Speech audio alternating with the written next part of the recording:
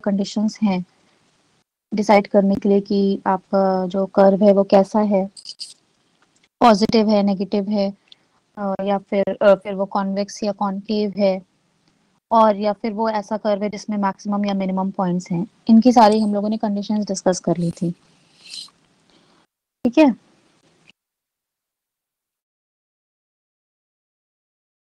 इसमें किसी को वैसे तो उस दिन क्लास में बहुत कम बच्चे थे और मुझे बाद में पता चला कि आप लोगों को क्लास के बारे में पता नहीं था, बट मैंने आप लोगों को जब थर्सडे को क्लास या फ्राइडे को, जिस दिन भी मैंने नहीं लिया था, तो मैंने इन्फॉर्म कर दिया था उसी दिन कि मैं संडे को क्लास लूंगी। तो बाय द वे, अगर आपके क्लास रिप्रेजेंटेटिव बताना आपको भूल भी गए तो आप लोगों को चेक तो करना चाहिए था एक बार अपना अकाउंट।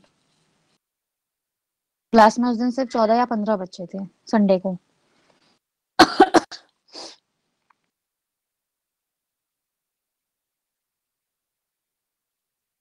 आप लोगों ने अपने एंड पे एक भी बार क्यों नहीं चेक किया अकाउंट? मुझे बस इतना बता दीजिए। बाय द वे, उनसे मिस हो गया, हो सकता है, ह्यूमन बीइंग्स हैं, कभी भी गलतियां हो सकती हैं।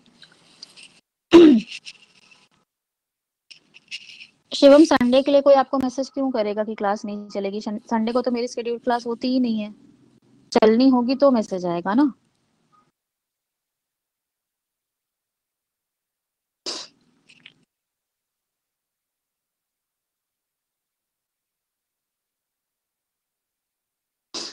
मैंने जब लास्ट थर्सडे या फ्राइडे जिस भी दिन नहीं लिया था, मैंने ये मैसेज ड्रॉप करवाया था कि मैं इस क्लास को संडे को कॉम्पनसेट करूंगी।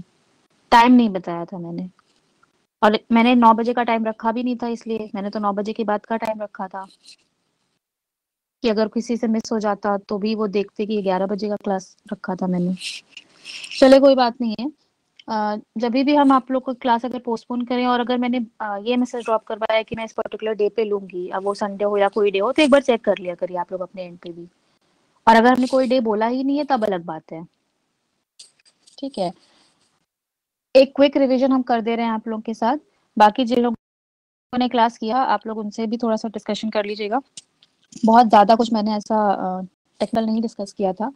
जिन लोगों का मैथमेटिक्स है उनको तो पता ही होगा, बट जिनका नहीं भी है, हम लोग एक क्विक रिवीजन कर ले रहे हैं। हम लोग लास्ट जब जो मेरी बिफोर लास्ट क्लास थी जो मेरी, उसमें मैंने आप लोग के साथ इंक्रीजिंग वाले दोनों फंक्शंस डिस्कस कर लिए थे, इंक्रीजिंग वाली दोनों कंडीशंस डिस्कस कर ली थी। तो वहां तक तो आप लोगों को क्लियर होगा, जिसमें हम लोगों ने दो कंडीशंस डिस्कस की थी। Just a second. पहली ये कि F dash is greater than 0 अगर आपका जो कर्व है वो आपका पॉजिटिवली स्लोपिंग है। ठीक है, एक क्विक रिवीजन कर लेते हैं, आप लोगों को क्लियर हो जाएगा। दो तरह के पॉजिटिव स्लोपिंग कर्व हम लोगों ने डिस्कस किए थे, और दूसरी सेकंड ऑर्डर कंडीशन हमने डिस्कस किया था पहले वाले केस में कि आपका जो एफ डबल डैश है वो लेस देन 0 आएगा, और सेकंड वाले केस में F double dash greater than 0 आएगा। ये वाला इस वाला डायग्राम के लिए, और ये इसके लिए। और हम लोगों ने क्या कंक्लूजन ड्रॉ किया था कि अगर पहली ऑर्डर कंडीशन ग्रेटर देन 0 है, दोनों ही केस में है जो, तो हम लोग कहेंगे कि ये कर्व आपका पॉजिटिवली स्लोपिंग है या इंक्रीजिंग रेट पे है। इंक्रीजिंग कर्व है ये, ठीक है, इंक्रीज कर रहा है, ये अपवर्ड स्लोपिंग है। सेकेंड ऑर्डर कंडीशन क्या बताती है कि किस रेट पे इंक्रीज कर रहा है। तो अगर सेकेंड ऑर्डर कंडीशन आपकी लेस देन 0 है, तो मतलब ये डिक्रीजिंग रेट पे इंक्रीज कर रहा है, घटती हुई दर से बढ़ रहा है। और अगर सेकेंड ऑर्डर कंडीशन आपकी ग्रेटर देन 0 है, मतलब कि ये इंक्रीजिंग रेट से इंक्रीज कर रहा है, बढ़ती हुई दर से बढ़ रहा है। और ये पता करने के लिए फर्स्ट ऑर्डर कंडीशन आपकी ग्रेटर देन 0 आएगी, ये कैसे पता करेंगे आप? डिफरेंशिएशन करके, नॉर्मल सम। तो आपको फर्स्ट ऑर्डर कंडीशन आपको स्लोप के बारे में बता रही है, तो हमें यहाँ पे पता चला कि हमारा स्लोप पॉजिटिव है। ठीक है, सेकेंड ऑर्डर कंडीशन चेक करने के लिए कि ग्रेटर देन 0 है या नहीं, फंक्शन अगर है उसको आप डिफरेंशिएट कर लीजिए, अलग बात है, आपको पता चल जाएगा ग्रेटर देन 0 है या लेस देन 0 है। बट उसका इंटरप्रिटेशन कैसे आप करेंगे कि वो कर्व कैसा होगा, क्योंकि एग्जाम में आपको कर्व नहीं दिया होगा, आपको फंक्शन दिया होगा। तो उसके लिए मैंने आप लोगों से कहा था कि आप कोई भी दो पॉइंट्स कर्व पे ले लीजिए। मान लीजिए ये आपके दो पॉइंट्स हैं, और इन दोनों पॉइंट्स पे आप एंगल ड्रॉ करिए, टैंजेंट ड्रॉ करके एंगल ड्रॉ करिए। तो पॉइंट ए के लिए जो एंगल बन रहा है, सपोज करिए वो θ1 है। ठीक है, अब पॉइंट बी पर भी एक टैंजेंट ड्रॉ करिए और उस पर एंगल बनाइए, मान लीजिए ये है θ2। और हमने आप लोगों से क्या कहा था कि अगर जो आपका पॉइंट राइट में है, जैसे यहाँ पर हमारे केस में जो पॉइंट बी है वो राइट साइड पे है, ठीक है, तो जो राइट मोस्ट पॉइंट है अगर उसका एंगल पहले वाले से कम बन रहा है, इस केस में थीटा 2 का जो एंगल है that is less than theta 1, इसका मतलब है कि आपकी जो सेकेंड ऑर्डर कंडीशन है वो लेस देन 0 आएगी। एंड लेस देन 0 का मतलब क्या था, हम लोगों ने कहा था डिक्रीजिंग रेट की हम लोग बात कर रहे हैं। फर्स्ट ऑर्डर कंडीशन क्या बताती है कि इंक्रीज कर रहा है या डिक्रीज कर रहा है, तो first order condition greater than 0 है तो वो इंक्रीज कर रहा है, किस रेट पे कर रहा है वो आपको सेकेंड ऑर्डर कंडीशन बताएगी। तो फर्स्ट ऑर्डर कंडीशन से इंक्रीज कर रहा है, सेकेंड ऑर्डर कंडीशन पे हमें पता चलता है कि डिक्रीजिंग रेट है क्योंकि लेस देन 0 है, तो हम इंटरप्रिटेशन करते हैं कि ये कर्व ऐसा है जो इंक्रीज कर रहा है एट अ डिक्रीजिंग रेट। तो आपको पता होना चाहिए कि अगर आपने किसी फंक्शन को डिफरेंशिएट किया दो बार, फर्स्ट ऑर्डर कंडीशन उसकी ग्रेटर देन 0 आई और सेकेंड ऑर्डर कंडीशन उसकी लेस देन 0 आई, तो आपको पता होना चाहिए कि आपका जो फंक्शन है उसका जब आप कर्व प्लॉट करेंगे तो वो इस नेचर का बनेगा। यही चीज आपसे एग्जाम में पूछी जाएगी कि मान लीजिए कि एक अपवर्ड स्लोपिंग कर्व है और वो कॉनकेव है टू द एक्स एक्सिस, तो इस कर्व की दोनों कंडीशंस बताइए, इस तरीके से पूछ सकता है, या उल्टा पूछ सकता है कि अगर फर्स्ट ऑर्डर कंडीशन आपकी ग्रेटर देन 0 है और second order condition less than 0 है तो कर्व कैसा होगा, upward sloping convex to the x axis होगा या upward sloping concave to the x axis होगा, वगैरह वगैरह। आपको 4 ऑप्शन दे सकते हो और आपको बताना पड़ेगा, ठीक है। आते हैं सेकेंड वाले पे, फर्स्ट ऑर्डर कंडीशन इसकी भी ग्रेटर देन 0 है बिकॉज ये भी पॉजिटिवली स्लोपिंग कर्व है। इसकी भी सेकेंड ऑर्डर चेक करने के लिए आप कोई 2 पॉइंट्स इस पे ले लीजिए और उस पर टेंजेंट ड्रॉ करके उसका एंगल चेक कर लीजिए। ए पर एंगल बन रहा है थीटा 1 और जो पॉइंट बी है उस पे एंगल बन रहा है थीटा 2। एंड सेकेंड वाले केस में जो थीटा 2 एंगल है that is greater then theta 1 और थीटा 2 किस पॉइंट का एंगल है, पॉइंट बी का, जो कि आपका राइट साइड पे था। तो इस केस में जो पॉइंट बी का एंगल है वो पॉइंट ए से ज्यादा है, इसलिए हम कह रहे हैं कि जो सेकेंड ऑर्डर कंडीशन है वो ग्रेटर देन 0 है। और इसका मतलब है कि आप बात कर रहे हैं इंक्रीजिंग रेट की, सेकेंड ऑर्डर कंडीशन की बात कर रहे हैं। जब second order condition greater than 0 हो मतलब हम इंक्रीजिंग रेट की बात कर रहे हैं, और फर्स्ट ऑर्डर कंडीशन आपकी ग्रेटर देन 0 है ही, तो आप कह रहे हैं कि ये इंक्रीज कर रहा है ये कर्व, तो increasing at an increasing rate, बढ़ती हुई दर से ये कर्व बढ़ रहा है, ठीक है। तो इस कर्व का नेचर क्या है, ये कर्व ऐसा है, यानी ये जो बाहर निकला वाला पार्ट है ये एक्स एक्सिस की तरफ है, तो इसको आप कहते हैं कि ये कॉन्वेक्स है, convex to the x axis है, एक्स एक्सिस की तरफ ये उत्तल है, अपवर्ड स्लोपिंग है and convex to the x axis है। और ये वाला क्या था, अपवर्ड स्लोपिंग है but concave to the x axis है। तो इस तरीके से आपसे एक्सप्लेनेशंस पूछ सकते हैं वो, ये हम लोग डिस्कस कर चुके थे। नेक्स्ट हमारा जो कर्व था वो आप हम लोगों ने जो नेक्स्ट लास्ट क्लास में डिस्कस किया था वो था जब सेम हम लोग बात कर रहे हो नेगेटिव स्लोप में, तो नेगेटिव स्लोप आपके दो तरह के हो सकते हैं, जैसे आपका पॉजिटिव स्लोप दो तरह का हो सकता है, ठीक है। तो अगर कोई कर्व नेगेटिवली स्लोपिंग है तो इसका मतलब उसकी जो फर्स्ट ऑर्डर कंडीशन है वो लेस देन 0 होगी, चाहे आप इस केस की बात करें चाहे आप सेकेंड केस की बात करें, ठीक है। अब सेकेंड ऑर्डर कंडीशन चेक करने के लिए इसमें भी आप 2 पॉइंट्स ले लीजिए कोई से भी, मान लीजिए point A and point B. यहाँ पे भी वही कॉन्सेप्ट अप्लाई होगा, दोनों पर आप एक टेंजेंट ड्रॉ करिए और देखिए कि किसका एंगल ज्यादा बन रहा है। तो पहले आप पॉइंट ए पर एक टेंजेंट ड्रॉ कर रहे हैं, ठीक है, उसका एंगल बन रहा है थीटा 1। फिर आप पॉइंट बी पर एक टेंजेंट ड्रॉ कर रहे हैं और उसका एंगल बन रहा है थीटा 2। क्योंकि पॉइंट बी पे जो लाइन है वो ज्यादा खड़ी हुई है, तो उसका मतलब आपको समझ में आ रहा है कि थीटा 2 जो एंगल है वो कम है थीटा 1 से। इस केस में theta 2 is less than theta 1, तो सेकेंड ऑर्डर कंडीशन आपकी क्या हो जाएगी, जो एफ डबल डैश है इज लेस देन 0, क्योंकि जो बी पॉइंट का एंगल है वो ए पॉइंट से कम बन रहा है। तो इस कर्व का इंटरप्रिटेशन क्या होगा, लेस देन 0 का मतलब था डिक्रीजिंग रेट, ठीक है, और first order condition less than 0 का मतलब है ये कर्व डिक्रीज कर रहा है या नेगेटिव स्लोप का है। तो इसका इंटरप्रिटेशन है decreasing at a decreasing rate, ये कर्व घट रहा है घटती हुई दर से। सेकंड वाले पे आते हैं। इस पे भी कोई 2 पॉइंट्स ले लीजिए, मान लीजिए point A and point B. First order condition इसकी लेस देन 0 है, ये आप लोग निकाल चुके हैं, तो आपको समझ में आ गया कि कर्व आपका नेगेटिव स्लोपिंग है।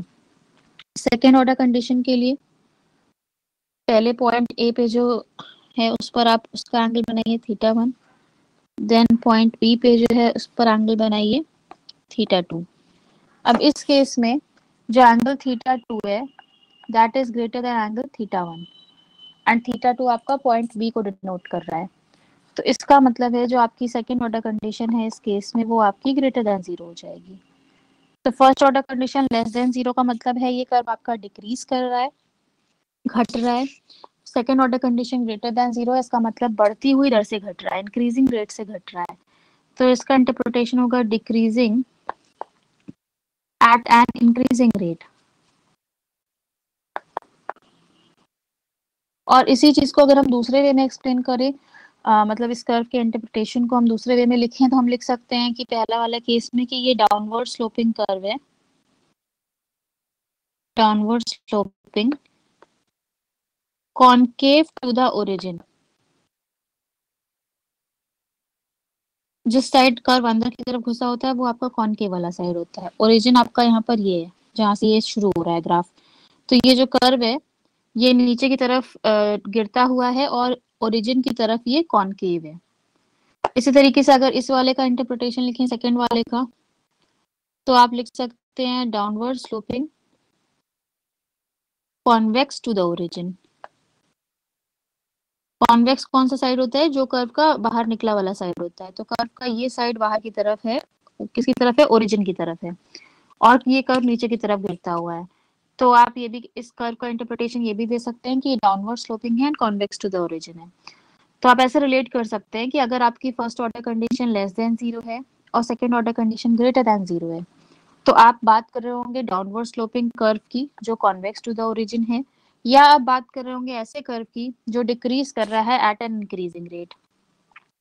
इसी तरीके से अगर आपकी first order condition less than 0 है एंड सेकेंड ऑर्डर कंडीशन भी लेस देन 0 है, तो आप बात कर रहे होंगे डाउनवर्ड स्लोपिंग कर्व की जो कॉनकेव है टू द ओरिजिन, या फिर एक ऐसे कर्व की जो डिक्रीज कर रहा है at a decreasing rate.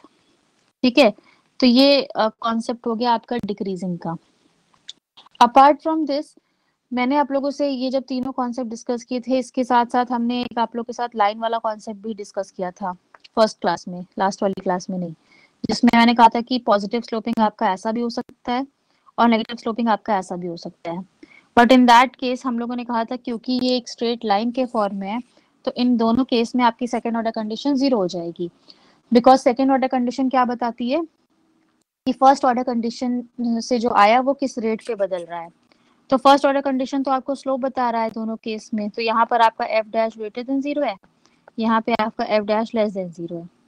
But ये क्या बता दिया आपको, स्लोप बता दिया इसने। ठीक है, कि पहले वाले केस में आपका स्लोप पॉजिटिव है और दूसरे वाले में आपका नेगेटिव है, बट ये slope through out the line same है, चाहे वो पॉजिटिव हो चाहे नेगेटिव हो, यानी कि सेम रेट से बदल रहा होगा। तो उस केस में सेकेंड ऑर्डर कंडीशन आपकी, आप किसी कांस्टेंट को डिफरेंशिएट कर रहे होंगे, इसलिए सेकेंड ऑर्डर कंडीशन आपकी इन दोनों केस में 0 हो जाती है।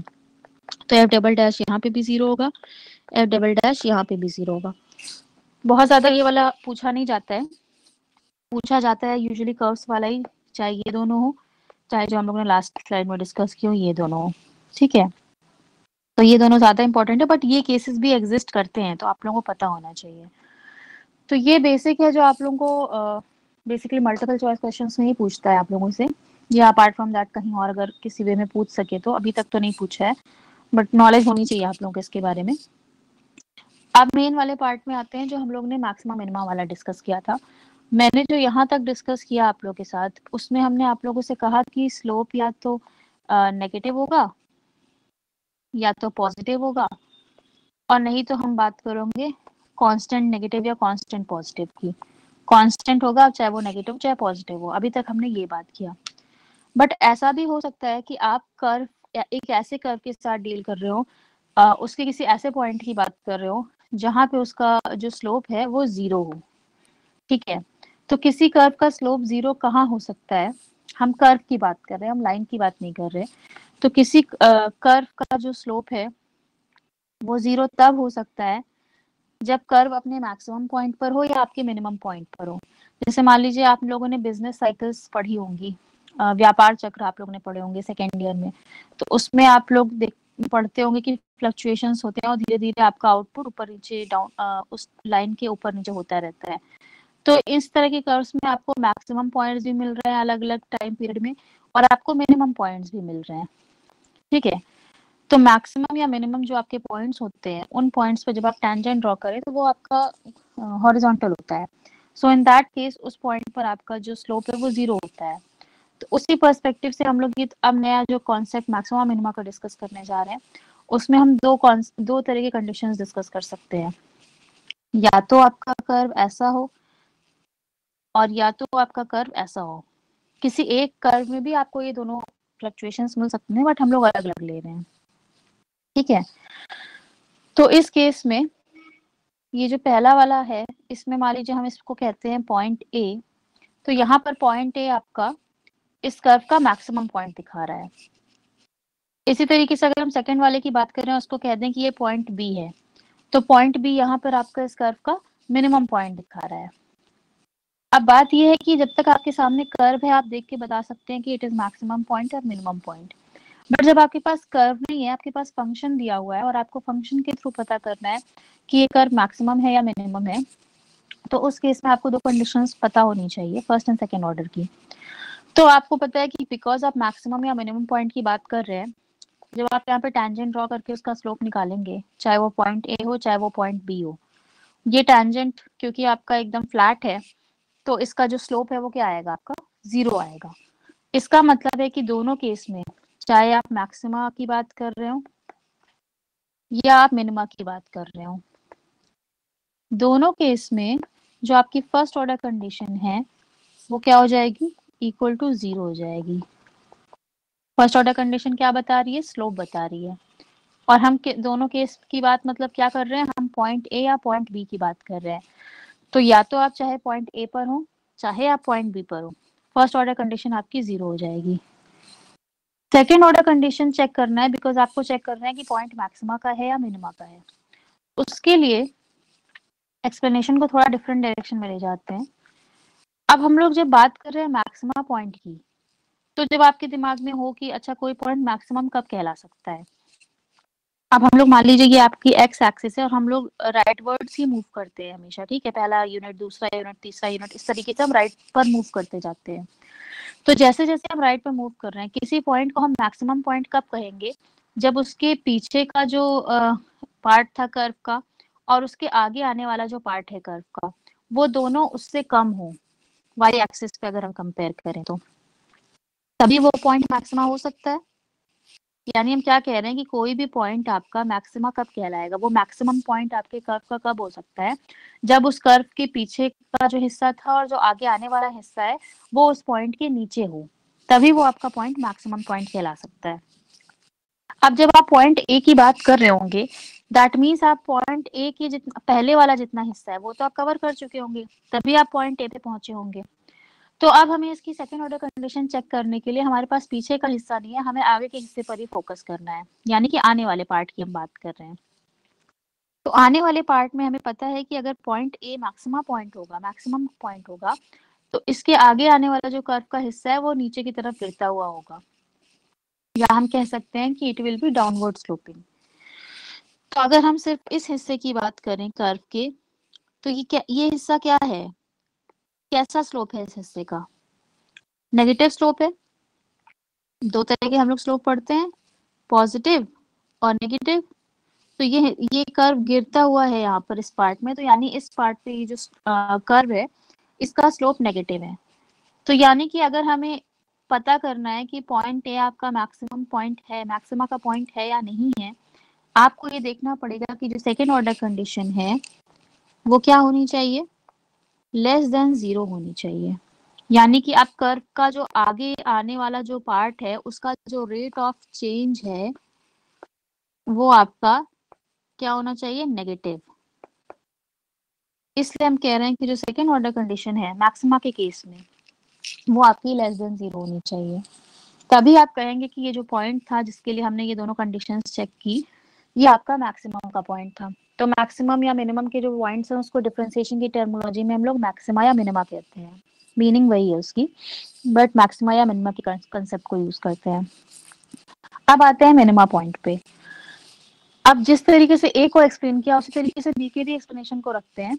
तो बी पॉइंट अगर आपका मिनिमम पॉइंट है किसी कर्व का, दैट मीन्स उसके पीछे जितने पॉइंट्स बीते होंगे वो उसके ऊपर रहे होंगे, और उसके आगे आने वाले जितने पॉइंट्स हैं वो भी उस पॉइंट के ऊपर रहे और ऊपर होंगे, तभी आप कहेंगे कि बी पॉइंट आपका मिनिमम पॉइंट है। तो अब पीछे वाला हिस्सा तो बीत चुका है, तो हम आगे वाले पार्ट की बात करें अगर कर्व की, तो आगे आने वाला पार्ट ये पार्ट है। तो इस पार्ट पे बी के राइट पे ये जो कर्व है ये ऊपर की तरफ उठता हुआ है, या फिर हम कह सकते हैं कि ये कर्व जो है इसका जो स्लोप है ये पॉजिटिव है, यानी कि कोई पॉइंट बी आपका मिनिमम पॉइंट तब कहला रहा है जबकि उसकी उस कर्व के आगे आने वाला जो रेट ऑफ चेंज है उसका वो पॉजिटिव हो। इसका मतलब है कि जो आपकी सेकेंड ऑर्डर कंडीशन है मिनिमा के केस में it should be greater than 0, क्योंकि ग्रेटर देन 0 होगा तभी आप कहेंगे कि बी पॉइंट के राइट पे कर्व का जो नेचर है वो ऊपर की तरफ उठता हुआ है, दैट मीन्स बी के बाद का जो हिस्सा है कर्व का वो उससे ऊपर है, तो आपका जो बी का पॉइंट है दैट इज मिनिमम पॉइंट। ठीक है, तो ये मैक्सिमा और मिनिमा के कंडीशंस हैं कि आपने कहा कि अगर हम स्लोप नेगेटिव या पॉजिटिव स्लोप की बात नहीं कर रहे, हम इस चीज की बात कर रहे हैं कि आपने मिनिमम या मैक्सिमम पॉइंट की बात कर रहे हैं, तो आप उसे कैसे प्रूव करेंगे। ये उल्टा है रिलेशन, बट इसको आपको ध्यान रखना है। फर्स्ट ऑर्डर कंडीशन तो दोनों में 0 है, ठीक है। सेकेंड ऑर्डर कंडीशन जब लेस देन 0 है, यानी कि ये नेगेटिव स्लोप को दिखा रहा है, तब आपका मैक्सिमा की कंडीशन है। और जब सेकेंड ऑर्डर कंडीशन आपका ग्रेटर देन 0 यानी कि ये पॉजिटिव को दिखा रहा है, तब आपकी मिनिमा की कंडीशन है। ठीक है, किसी को कोई डाउट हो इसमें तो पूछ लीजिए, ऑल्दो ये आप लोगों ने पढ़ा भी होगा मैथमेटिक्स में, इजी है ये। मैक्सिमा की दो कंडीशंस क्या होंगी, आपकी first order condition equal to 0 है and second order condition less than 0 है। First order condition equal to 0 क्यों है, बिकॉज ये मैक्सिमम का पॉइंट है, तो यानी कि यहाँ पर जब आप टेंजेंट ड्रॉ करेंगे तो उसका स्लोप 0 आना चाहिए। Similarly second order condition, similarly second में मिनिमम में फर्स्ट ऑर्डर कंडीशन 0 क्यों है, बिकॉज ये आपका मिनिमम पॉइंट है, आप इस पॉइंट पे जब टेंजेंट ड्रॉ करके उसका स्लोप निकालेंगे वो आपका 0 आएगा। तो हमेशा जब भी आप कर्व में मैक्सिमम या मिनिमम पॉइंट्स की बात कर रहे होंगे तो आपको फर्स्ट ऑर्डर कंडीशन आपकी 0 हो जाएगी। सेकेंड ऑर्डर कंडीशन अगर लेस देन 0 है तो आप मैक्सिमा की बात कर रहे हैं, ग्रेटर देन 0 है तो आप मिनिमा की बात कर रहे हैं। ठीक है, तो बेसिकली हम लोग ने यही सारा डिस्कस किया था लास्ट क्लास में। अब हम आज की क्लास मैंने मैक्सिमा मिनिमा के एप्लीकेशन पार्ट के लिए रखी थी, जो कि जिस तरह के बेसिक क्वेश्चंस आप लोग के आते हैं एग्जाम में। उसके लिए जब भी आप लोगों को मैक्सिमा या मिनिमा के कंसेप्ट से क्वेश्चंस आएंगे, तो अभी हम लोगों ने ये जो दो कंडीशंस पढ़ी यहाँ पर मैक्सिमा के लिए और मिनिमा के लिए, इसको हम लोग बाइफरकेट करते हैं और कहते हैं कि हम इनको नेसेसरी और सफिशिएंट कंडीशंस के नाम से जानते हैं। तो मैक्सिमा या मिनिमा, कोई पॉइंट है मैक्सिमा का या मिनिमा का, इसको चेक करने के लिए हम पहले नेसेसरी कंडीशन लगाते हैं। नेसेसरी कंडीशन कहता है कि अगर आपका y is a function of x, ऐसा कोई फंक्शन है और इसके लिए आपको मैक्सिमा या मिनिमा चेक करना है, तो यानी कि आप फर्स्ट ऑर्डर डिफरेंशिएशन करेंगे जो कि आपका है dy by dx, it should be equal to 0, चाहे आप मैक्सिमा की बात कर रहे हो चाहे आप मिनिमा की बात कर रहे हो। लेकिन ये जो कंडीशन है ये आपकी नेसेसरी कंडीशन है, ये आपको सिर्फ ये बताएगी कि जो पॉइंट है वो आपका मैक्सिमा भी हो सकता है या फिर वो आपका पॉइंट मिनिमा भी हो सकता है। यहाँ से आपको ये नहीं पता चलता सर्टेनली कि वो पॉइंट मैक्सिमा का है या मिनिमा का है, तो इसके लिए आप सफिशिएंट कंडीशन लगाते हैं जो कि हमारी सेकेंड ऑर्डर कंडीशन है, जिससे हमें फाइंड फॉर श्योर पता चल जाता है कि जो आपका पॉइंट है वो मैक्सिमा का पॉइंट है या मिनिमा का पॉइंट है। तो अगर आपकी सेकेंड ऑर्डर कंडीशन यानी d2y by dx2 greater than 0 है तो आप मिनिमा की बात कर रहे हैं। ठीक है, और अगर आपकी second order condition d2y by dx2 less than 0 है तो ये आपकी मैक्सिमा की कंडीशन है। फंक्शन रोहित आपके कर्व को रिप्रेजेंट करेगा ना, आप किसी कर्व के लिए ही तो मैक्सिमा या मिनिमा का पॉइंट चेक कर रहे होंगे, तो हर एक कर्व का, हर एक लाइन का एक फंक्शन होता है। मैंने यहाँ पे जनरलाइज नोटेशन में ये फंक्शन लिखा है, आपको ये फंक्शन ऐसा नहीं दिया होगा, हो सकता है आपको ये फंक्शन ऐसा कुछ दिया हो, 2x cube plus 3x square plus 4x plus 5, हो सकता है ऐसा कुछ दिया हो। यहाँ पे हमने सिर्फ एक जनरलाइज नोटेशन में ये फंक्शन लिखा हुआ है। हमेशा कोई भी फंक्शन जो होता है वो आपके कर्व या लाइन को रिप्रेजेंट करता है, ठीक है। तो नेसेसरी कंडीशन आपको सिर्फ ये दिखाती है या बताती है कि हम लोगों ने सारे पॉइंट्स में से केवल मैक्सिमा या मिनिमम वाले पॉइंट्स को कॉर्नर आउट कर लिया है। अब वो बस हमें ये पता है कि ये पॉइंट मैक्सिमा होगा या मिनिमा होगा। अब ये पॉइंट मैक्सिमा है या मिनिमा है, ये आपको सफिशिएंट कंडीशन से ही पता चलता है। इसलिए हम लोग कहते हैं कि जो आपकी फर्स्ट ऑर्डर कंडीशन है, फर्स्ट ऑर्डर कंडीशन को हम लोग कहते हैं कि नेसेसरी कंडीशन होती है वो, और सेकेंड ऑर्डर कंडीशन जो आपकी होती है उसको हम लोग सफिशिएंट कंडीशन कहते हैं, ठीक है। तो अब मैक्सिमा या मिनिमा का जब हम लोग यूज की बात करते हैं तो क्या यूज है उनका जब हम लोग इकोनॉमिक्स में बात कर रहे हैं। अब वैसे तो आप लोगों ने कहा कि ठीक है, कर्व के मिनिमम या मैक्सिमम पॉइंट्स को रिप्रेजेंट करने के लिए हम लोग मैक्सिमा या मिनिमा की कंडीशन लगा रहे हैं, ठीक है।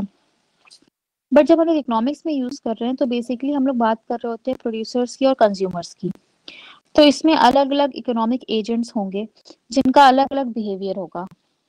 अगर हम लोग, आप लोग ने अभी तक कई तरह के डिस्कशंस पढ़े होंगे, तो जब आप प्रोड्यूसर की बात करते हैं तो प्रोड्यूसर जब मार्केट में जाता है तो उसके क्या क्या मोटिवेशंस हो सकते हैं। उसका मोटिवेशन हो सकता है कि उसको अपना प्रॉफिट मैक्सिमाइज करना है, ठीक है। उसका मोटिवेशन हो सकता है कि उसको अपनी कॉस्ट मिनिमाइज करनी है, और इस तरह के बहुत सारे मोटिवेशंस हो सकते हैं। जब आप कंज्यूमर की बात कर रहे हैं तो हो सकता है उसका मोटिवेशन हो कि हमें अपनी यूटिलिटी मैक्सिमाइज करनी है, और या फिर हमें अपने सैक्रिफाइस को कम से कम करना है, मिनिमाइज करना है। तो अलग अलग एजेंट्स हैं, प्रोड्यूसर आपका एक डिफरेंट इकोनॉमिक एजेंट है, कंज्यूमर आपका एक डिफरेंट इकोनॉमिक एजेंट है, और भी इकोनॉमिक एजेंट्स हो सकते हैं जिनके अपने अपने जो है इंटरेस्ट हो सकते हैं, जिनका अपना अपना मोटिवेशन फोकस हो सकता है कि हमें क्या करना है मार्केट में जाके। तो हर किसी का अपना एक मोटिवेशन है जो कि अल्टीमेटली एंड कर रहा है किस चीज पे, उन्हें या तो कुछ मैक्सिमाइज करना है या तो उन्हें कुछ मिनिमाइज करना है।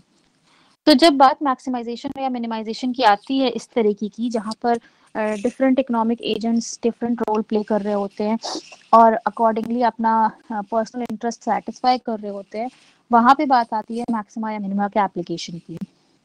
जैसे कि आप लोग को जो क्वेश्चंस आते हैं एग्जाम में, उसमें आप लोगों से पूछ सकता है कि लाइक प्रोड्यूसर का आपको कॉस्ट का फंक्शन दिया है, रेवेन्यू का फंक्शन दिया है, और आपसे कह रहा है कि ये प्रोड्यूसर प्रॉफिट मैक्सिमाइजेशन के लिए काम कर रहा है, तो पता करिए कि किस लेवल ऑफ आउटपुट पे इस प्रोड्यूसर का प्रॉफिट मैक्सिमम होगा, और वो मैक्सिमम प्रॉफिट होगा कितना, ये पता करिए। तो इन सब चीजों के एप्लीकेशन में हम लोग जो यूज करते हैं वो आपका मैक्सिमा या मिनिमा का कॉन्सेप्ट होता है, ठीक है। तो मैंने लास्ट क्लास में भी कहा था आप लोगों को कि इन सारे तरह के क्वेश्चंस में आप लोगों को मार्केट के प्रिंसिपल्स अप्लाई होते हैं, जो आप लोगों ने अभी तक डिफरेंट टाइप्स ऑफ मार्केट्स पढ़े हैं, ठीक है। युक्ति वो एक तरीके से यूटिलिटी को ही आप कह दीजिए कि यूटिलिटी अगर मैक्सिमम होगी तो सैक्रिफाइस आपका मिनिमम होगा। तो वो आपको डिफरेंट वे में आपको फंक्शंस दे सकते हैं। आपका यूटिलिटी अगर जा रही है यानी कि आप सैक्रिफाइस ज्यादा कर रहे हैं, आप और भी कोई एग्जांपल्स ले सकते हैं, मैंने बस एक एग्जांपल के फॉर्म में लिखा है कि आपको फंक्शंस अलग अलग तरीके से दिए हो सकते हैं, ठीक है। तो हो सकता है कॉस्ट के फॉर्म में आपको सैक्रिफाइस को दे रहा हो कि इसके प्राइस इतनी है इस पर्टिकुलर कमोडिटी की, तो आप जितना ज्यादा प्राइस किसी कमोडिटी के लिए पे करते हैं उतना आप कह रहे हैं कि हम अपना सैक्रिफाइस कर रहे हैं, अपना सेटिस्फैक्शन। तो वो डिफरेंट वे में आपको जिस हिसाब से फंक्शंस दिए उस हिसाब से आप काम करेंगे। क्वेश्चन में आपको जो सा फंक्शन दिया होगा उसके अकॉर्डिंग आपको करना है। यूजुअली जो क्वेश्चन में फंक्शंस दिए होंगे वो आपको कहेंगे कि आपको या तो प्रॉफिट पता करना है, मैक्सिमम प्रॉफिट के बारे में पता करना है, या तो आपको मिनिमम कॉस्ट के बारे में पता करना है, या तो आपको मैक्सिमम यूटिलिटी के बारे में पता करना है। ये तीन तरह के क्वेश्चंस आप लोगों को ज्यादा आते हैं। तो इस तीनों के ये कैसे डिपेंड करता है कि आप कौन सी चीज कर रहे हैं, मतलब आप कॉस्ट को मिनिमाइज कर रहे हैं या फिर आप प्रॉफिट को मैक्सिमाइज कर रहे हैं या आप यूटिलिटी को मैक्सिमाइज कर रहे हैं। तो क्वेश्चन आपसे कहेगा कि ये आपका इस पर्टिकुलर कंज्यूमर का ये यूटिलिटी फंक्शन दिया हुआ है और आपको इसको मैक्सिमाइज करना है, या फिर ये आपका कॉस्ट फंक्शन दिया हुआ है, इसको मिनिमाइज करना है।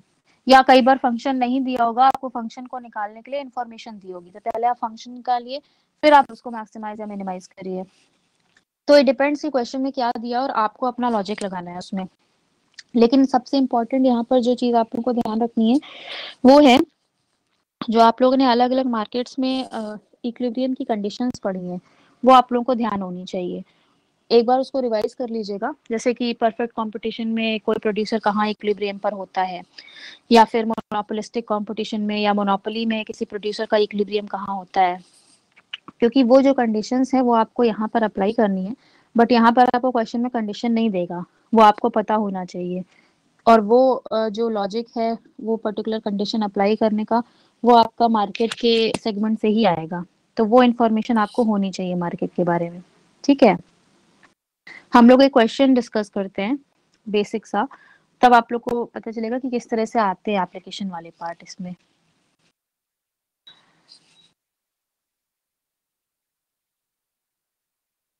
सपोज करिए एक आपका प्रोड्यूसर है जिसका आपको कॉस्ट फंक्शन दिया है।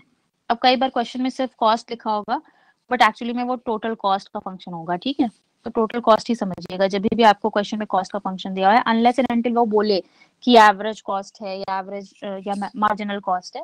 जब तक कि वो सिर्फ उसको कॉस्ट कह रहे हैं या फिर सिर्फ या टोटल कॉस्ट कह रहे हैं, मतलब वो टोटल कॉस्ट का फंक्शन है। तो प्रोड्यूसर का एक प्रोड्यूसर है, उसका आपको टोटल कॉस्ट का फंक्शन दिया है जो है 1/3 x³ -7x² plus 111x plus 50। ठीक है, क्वेश्चन में आपको ये प्रोड्यूसर का कॉस्ट का फंक्शन दिया हुआ है एंड आपको प्रोड्यूसर का डिमांड फंक्शन दिया है। डिमांड फंक्शन है उसका x is equal to 100 minus p। ठीक है, क्वेश्चन आपसे कह रहा है फाइंड क्या क्या करना है। Write down the total revenue function, TR मतलब total revenue function in terms of x। x यहाँ पर क्वांटिटी है, x क्वांटिटी और p प्राइस है। तो आपसे क्वेश्चन का पहला पार्ट कह रहा है कि write down the total revenue function in terms of x। अभी हम लोग आएंगे इस पे। सेकंड कह रहा है find profit maximising level of output.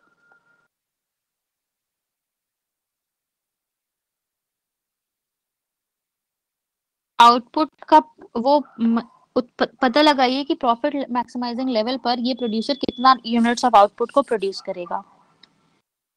Third, what is the maximum profit, और मैक्सिमम प्रॉफिट होगा कितना इसका एग्जैक्ट वो पता करिए। ठीक है,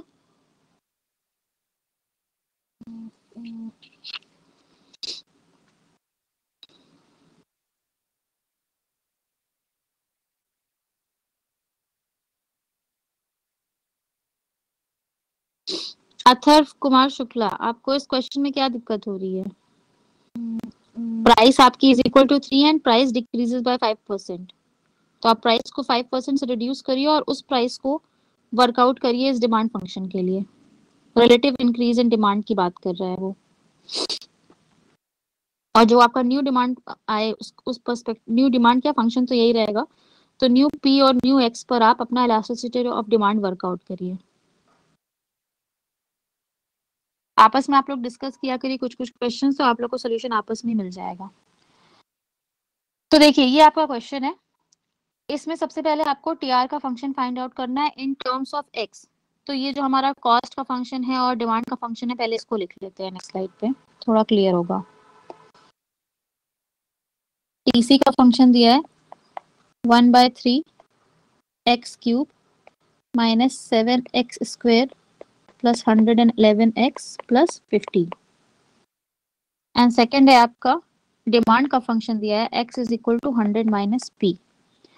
पहला पार्ट कह रहा है कि आपको टोटल रेवेन्यू का फंक्शन फाइंड आउट करना है। आपको पता है कि टोटल रेवेन्यू का फंक्शन हम लोग कैसे फाइंड आउट कर सकते हैं, p इंटू एक्स करके। यहाँ पर p आपकी प्राइस है और x आपकी क्वांटिटी है, ठीक है। बट क्वेश्चन क्या कह रहा है ये ध्यान से देखिए।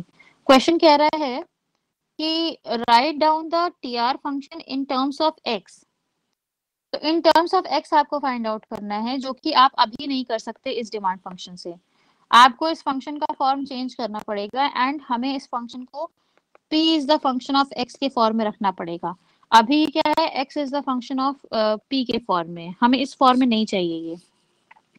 और यूजुअल सर्कमस्टांस में भी चाहे क्वेश्चन ने ये ना कहा होता आपसे इन टर्म्स ऑफ x, चाहे ये बात नहीं भी कही होती, तो भी जब भी आपको डिमांड फंक्शन क्वेश्चन में दिया होगा और आपको उससे टोटल रेवेन्यू का फंक्शन निकालना होगा, तो हमेशा p is the function of x के फॉर्म में होना चाहिए डिमांड फंक्शन। अगर नहीं है तो आपकी रिस्पॉन्सिबिलिटी है कि आप उसको चेंज करें। आप इस फॉर्म में नहीं रख सकते, क्योंकि अगर आप इस फॉर्म में रखेंगे तो टोटल रेवेन्यू के फंक्शन में आपको राइट साइड पे p का टर्म मिलेगा। हमें p का टर्म नहीं चाहिए, प्राइस अननोन प्राइस नहीं चाहिए हमें अननोन क्वांटिटी चलेगी। टोटल रेवेन्यू के फंक्शन में हम x के रेफरेंस में हम उसको वर्कआउट कर सकते हैं, बट हमें p नहीं चाहिए होगा यूजुअल सर्कमस्टेंस में। अब अनलेस एंड अनटिल आपसे क्वेश्चन अलग से बोले कि आपको p के टर्म्स में निकालना है टोटल रेवेन्यू, वो अलग बात है। बट यूजुअली अगर क्वेश्चन ने कुछ नहीं बोला है या बोल भी रखा है तो हमेशा आपको x के फॉर्म में निकालना है। तो पहले तो आप इसका फॉर्म चेंज करिए और p is the function of x के फॉर्म में रखिए। तो ये क्या हो जाएगा, p is equal to 100 minus x. हमें p के लिए इक्वेट करना था इक्वेशन को, ठीक है। उसके बाद इस tr के फंक्शन में p की जगह 100 माइनस एक्स रखिए और इनटू x। तो ये हो जाएगा आपका 100x माइनस एक्स स्क्वायर, जो कि आपका tr है, ठीक है। रोहित कुमार, आप किस कंटेक्स्ट में पूछ रहे हैं, A X square plus B X plus C? मैंने तो ऐसा कोई फॉर्मूला नहीं लिखा है। तो टीआर आपका ये हो गया, आपने क्वेश्चन का फर्स्ट पार्ट निकाल लिया है, write down the TR function in terms of x, ठीक है। ये आपका फर्स्ट पार्ट हो गया क्वेश्चन का। सेकंड कह रहा है find the profit maximising level of output. आपको ऐसा आउटपुट निकालना है इतने कि आप, ये क्वेश्चन आपसे ये पूछ रहा है कि ये जो प्रोड्यूसर है ये कितने यूनिट्स ऑफ आउटपुट बनाए कि आपका जो प्रॉफिट है वो मैक्सिमम हो, ठीक है। आप मुझे क्वेश्चन भेज दीजिएगा, मैं देख लूंगी। तो हम लोग क्या कर सकते हैं, हमें क्या करना है, profit maximising level of output चाहिए। तो इसके लिए जब भी आपसे कहे कि profit maximising level of output या कॉस्ट मिनिमाइज कहाँ पर होगी, जब भी किसी चीज का मिनिमाइजिंग या मैक्सिमाइजिंग चीज आपसे पूछता है तो आपको वो पर्टिकुलर फंक्शन चाहिए होता है। तो हमसे यहाँ पर प्रॉफिट मैक्सिमाइजिंग करने की बात कर रहा है, यानी हमें प्रॉफिट का फंक्शन चाहिए और प्रॉफिट का फंक्शन क्वेश्चन में नहीं दिया हुआ है, तो प्रॉफिट का फंक्शन आप लोगों को निकालना पड़ेगा। तो प्रॉफिट का फंक्शन कैसे निकलता है, प्रॉफिट कैसे निकलता है, ये तो आप लोगों ने पढ़ा होगा।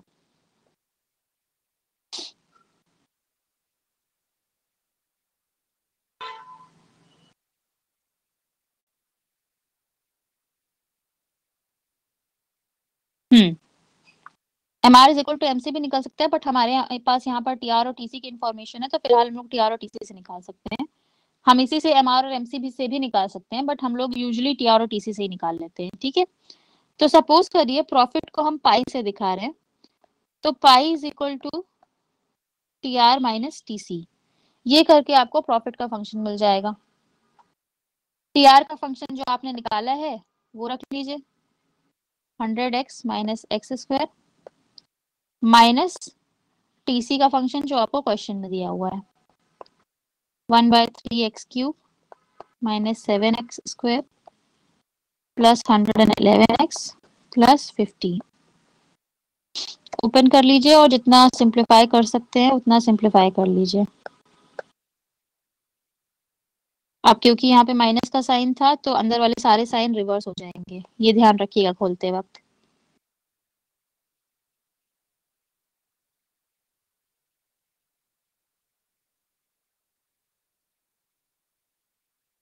हंड्रेड एक्स और जो 111x है, इसको हम लोग वर्कआउट कर सकते हैं, तो ये -11x हो जाएगा। ठीक है, -11x हो जाएगा। और आपका ये जो -x² है और +7x² है, ये आपका +6x² हो जाएगा। और -1/3 ही रहेगा एंड -50। ठीक है, तो पाई के फंक्शन को हम लोग लिख सकते हैं, पाई इज इक्वल टू -1/3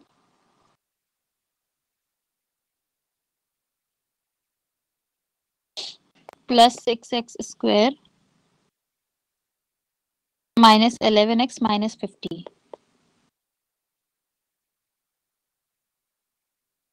अब ये जो आपका पाई का फंक्शन है, ये आपका जो प्रॉफिट का फंक्शन है, इसको आपको इस पर चेक करना है मैक्सिमाइजेशन के लिए। तो इस पर आप अपनी फर्स्ट और सेकंड ऑर्डर कंडीशन लगाएंगे, क्योंकि आपको मैक्सिमम प्रॉफिट के लिए इस फंक्शन को फाइंड आउट करना है।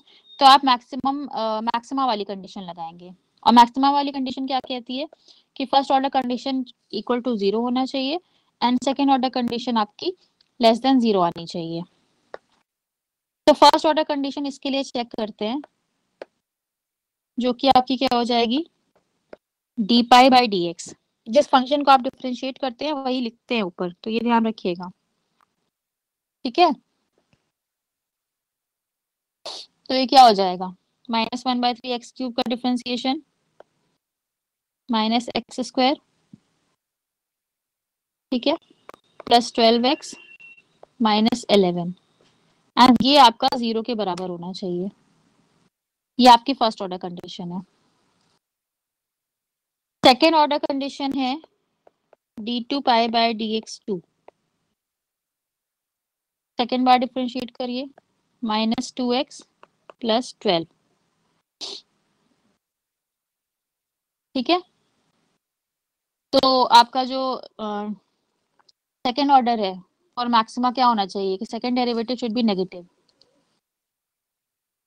तो इस केस में अभी हम लोग चेक करेंगे कि सेकेंड डेरिवेटिव नेगेटिव आ रहा है, कैसे आ रहा है, नहीं आ रहा है। अभी हम लोग बस सेकेंड डेरिवेटिव डिराइव किया है, दोनों कंडीशन आपने लगा ली है। अब आपका काम क्या है, जो क्वेश्चन का सेकेंड पार्ट कह रहा है, find the profit maximising level of output.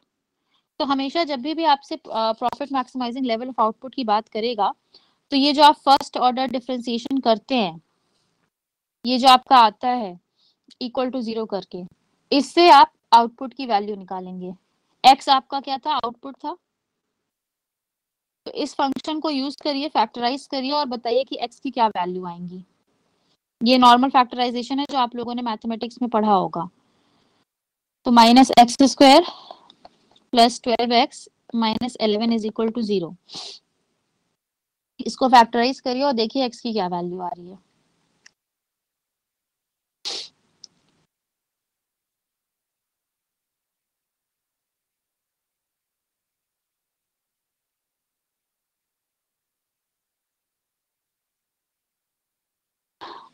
ठीक है, तो x की वैल्यू आपकी या तो 1 आ रही है और या तो 11 आ रही है। अब इस प्रोड्यूसर को अपना प्रॉफिट मैक्सिमाइज करना है, तो इन दोनों में से कोई एक लेवल ऑफ आउटपुट ही होगा जो कि उसका प्रॉफिट मैक्सिमाइज कर रहा होगा। तो ये पता लगाने के लिए कि इस प्रोड्यूसर का प्रॉफिट तब मैक्सिमाइज होगा जब ये 1 यूनिट बनाए या तब मैक्सिमाइज होगा जब ये 11 यूनिट्स बनाए, इसके लिए आपको क्या करना पड़ेगा, जो आपने सेकेंड डेरिवेटिव निकाला है, सेकेंड ऑर्डर डेरिवेटिव -2x +12, इसमें आप x की वैल्यू 1 और 11 बारी बारी से रख के चेक करिए। पहले x की वैल्यू 1 रखिए और देखिए कि इस फंक्शन की टोटल वैल्यू क्या आ रही है। जब आपने x की वैल्यू 1 रखी तो सेकेंड ऑर्डर डेरिवेटिव क्या आ रहा है, बताइए।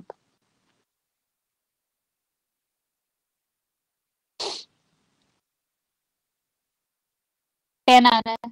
ठीक है, और जब आपने x की वैल्यू 11 रखी, तब देखिए कि सेकेंड ऑर्डर डेरिवेटिव क्या आ रहा है।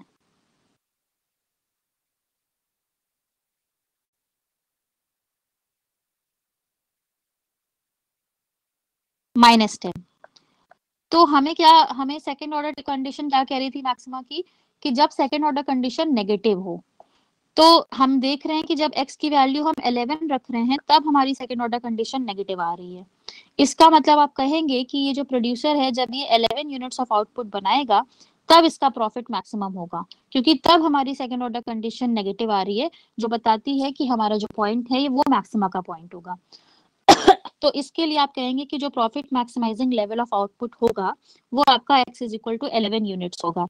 यानी कि जब ये प्रोड्यूसर 11 यूनिट्स बनाएगा, तब इसका जो प्रॉफिट है वो मैक्सिमम होगा। तो ये आपने क्वेश्चन का सेकंड पार्ट वर्कआउट कर लिया कि find the profit maximising level of output, यानी वो आउटपुट का पता लगाइए जिस पर कि आपका प्रॉफिट मैक्सिमम है। तो आप ये नहीं लिखेंगे कि आपने 11 ये -10 नहीं लिख देंगे, 11 लिखेंगे। -10 से प्रूव कर रहा है कि 11 यूनिट्स पर आपका प्रॉफिट मैक्सिमम होगा। थर्ड पार्ट पे आते हैं। क्वेश्चन का थर्ड पार्ट पूछ रहा है कि what is the maximum profit. तो अब आपको पता है कि कितना एक्स आप बनाएंगे कि आपका प्रॉफिट मैक्सिमाइज होगा, वो आपका 11 है। तो जो आपका प्रॉफिट फंक्शन है, ये इसमें आप x की वैल्यू 11 रखिए, और जो भी पाई की वैल्यू आएगी, वो आपका मैक्सिमम प्रॉफिट होगा। क्यों? क्योंकि आपने x की वो वैल्यू रखी होगी इस फंक्शन में जिस पर कि आपका प्रॉफिट मैक्सिमम होगा, जो आप ऑलरेडी प्रूव कर चुके हैं। तो प्रॉफिट फंक्शन आपके पास है, आप उसमें x की वैल्यू 11 पुटअप करिए और बताइए कि पाई की वैल्यू क्या आ रही है, और जो भी पाई की वैल्यू आएगी, वो आप कहेंगे कि ये आपका मैक्सिमम प्रॉफिट है जो ये प्रोड्यूसर अटेन कर सकता है। चेक करिए और बताइए कि प्रॉफिट कितना आ रहा है।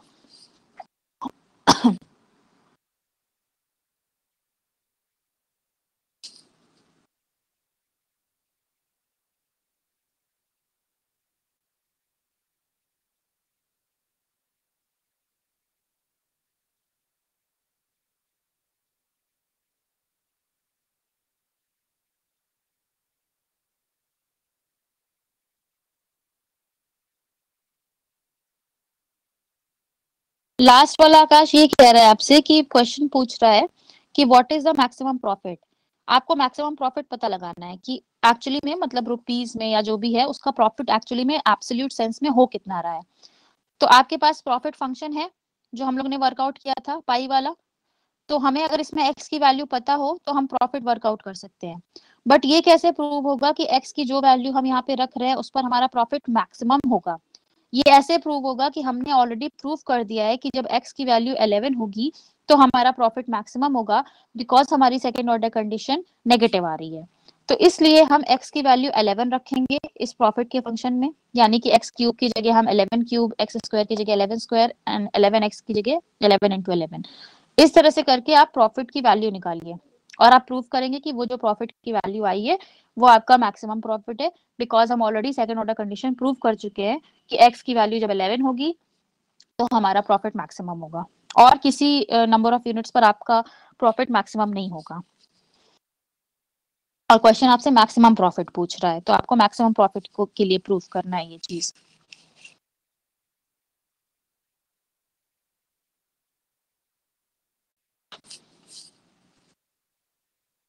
इसको डिवाइड करिए अनुपम, आप लोग फ्रैक्शन में नहीं दे सकते प्रॉफिट।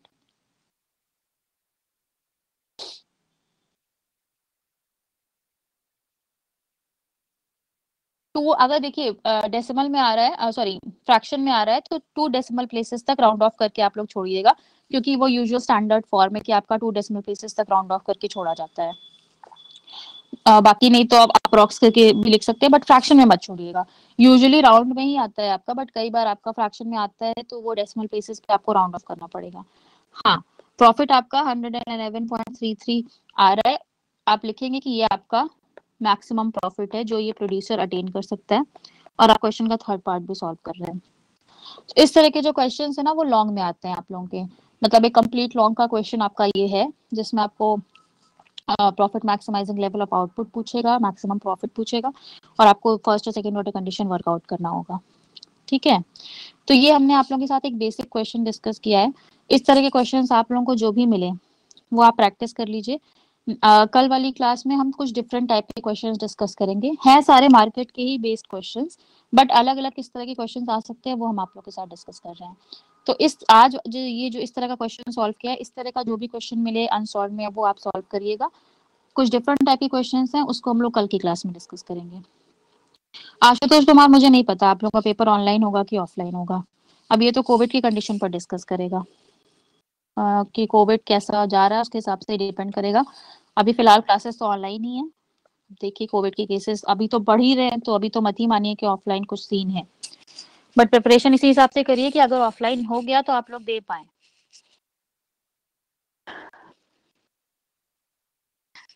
अनुभव, इस टाइप के क्वेश्चन में आंसर राइटिंग कुछ ऐसी नीड नहीं है, it is just a numerical, आपको न्यूमेरिकल उसको बस सॉल्व करते जाना है।